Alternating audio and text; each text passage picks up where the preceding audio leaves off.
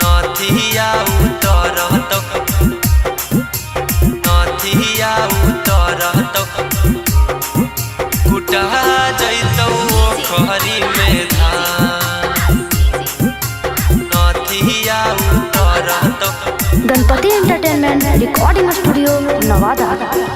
अगे मंगल के माड़ावा गढ़ई तो बुध के छौड़ी हो जइभी बीरान। मंगल के माड़ावा गढ़ई तो बुध के छौड़ी हो जइभी बीरान। आगे वही दिन नथिया उतरत कुटा जैतौ खरी में धान।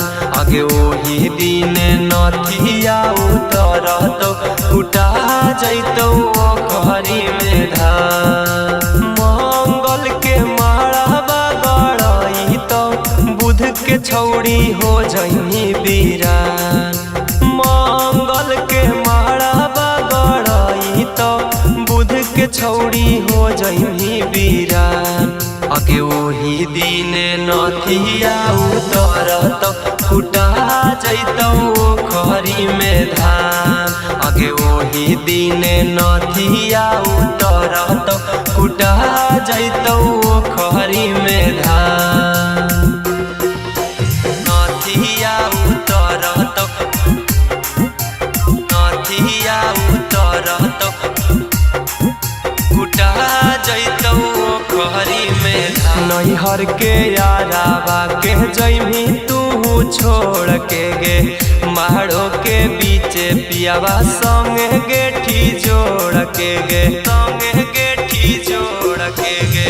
नैहर के यारावा के जइमी छौड़ी छोड़ के गे अंगना के बीचे पियावा संगे गेठी जोड़ के गे। हमारा जैसन प्यार नहीं करतौ लेना छौड़ी बतिया गे मान। अगे हमारा जैसन प्यार नहीं करतौ लेना छौड़ी बतिया गे मान।